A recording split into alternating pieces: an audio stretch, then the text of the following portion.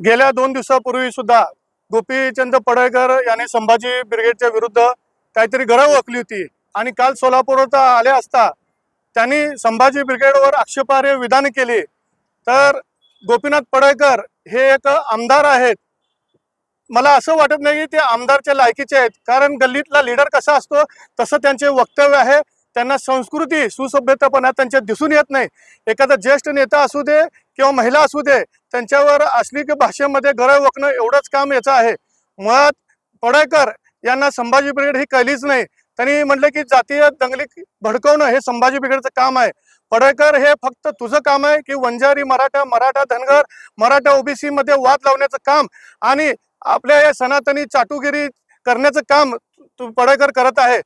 पडळकर, तुला आम्ही संभाजी ब्रिगेडच्या वतीने इशारा देतोय की संभाजी ब्रिगेडचा तू आधी अभ्यास कर। अनेक वक्ते आणि इतिहासाचं पुनर्लेखन करण्याचं काम संभाजी ब्रिगेड करत आहे।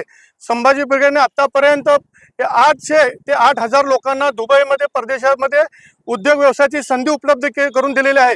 युवकांना रोजगार व्यवसाय उपलब्ध करून देणे हाच आमचा अजेंडा आहे। जातीय दंगली भडकवणं, धर्मामध्ये जाती जातीमध्ये तेढ निर्माण करण्याचा अजेंडा तुझा आहे।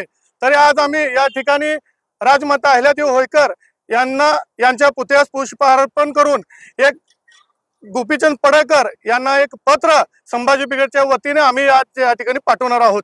आज या ठिकाणी आमच्या महिला भगिनी असू दे किंवा संभाजी ब्रिगेडचे पदाधिकारी आहे, गोपीचंदची लायकी काय होती ही मंगळसूत्र चोर म्हणून महाराष्ट्रामध्ये परिचित असलेला गोपीचंदला आज आमच्या महिलांनी मंगळसूत्र दाखवून त्याचा निषेध केलेला आहे।